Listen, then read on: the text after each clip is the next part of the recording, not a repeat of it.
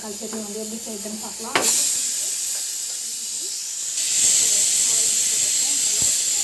பார்த்தீங்கன்னா வெங்காயம், பூண்டு,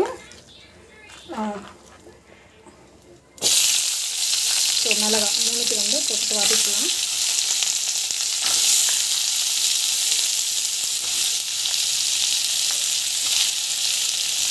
ஸோ இது வந்து பார்த்திங்கன்னா நல்லா வதங்கட்டும்.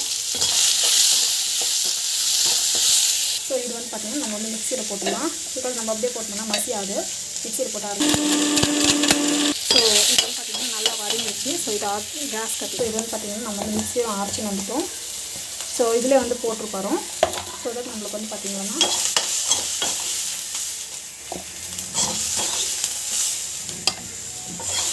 ஸோ ஈஸியாக வந்து வதக்கணும். இந்த அளவுக்கு வந்து கட் பண்ணிக்கலாம். நம்ம கட் பண்ணிக்கிட்டு இதில் வந்து பார்த்திங்கன்னா நம்ம வந்து ஆயிலெல்லாம் போடலாம், அப்படியே வந்து வதக்கி போகிறோம். கொஞ்ச நேரம் வதங்கிச்சுன்னா போதும். ஸோ வதங்கட்டும். நம்ம அப்படியே வந்து இப்படி க்ளோஸ் பண்ணி வச்சிடலாம், சிம்மில் வச்சுட்டு.